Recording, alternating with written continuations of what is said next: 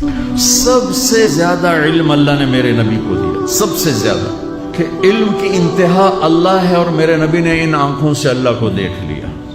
علم کی انتہا، ہم ابھی تک کائنات کا 3% دیکھ سکے ہیں، 3%، باقی کیوں نہیں دیکھ سکتے؟ اندھیرا ہے اس میں، 97% اندھیرا۔ بلیک ہول نہیں سنا آپ لوگوں نے؟ سنا بلیک ہول؟ سنا؟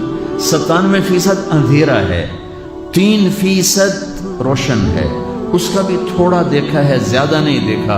اور میرے نبی اسی کرتے تہمد اور جوتے میں یوں گئے اور ساری کائنات کو چیرتے دیکھتے پہلے آسمان پہ جا پہنچے۔ میرے نبی کا جبریل ہاتھ پکڑ کے نہیں لے گئے، کندھے پہ بٹھا کے نہیں لے گئے، پروں پہ بٹھا کے نہیں لے گئے، صرف وہاں مکہ سے بیت المقدس تک براق استعمال ہوا، جو کہ اسباب کی دنیا ہے، معجزات کا جہان نہیں ہے، تو وہاں سواری استعمال ہوئی۔ جب وہاں سے اوپر جانے لگے تو براق کو وہاں باندھ دیا۔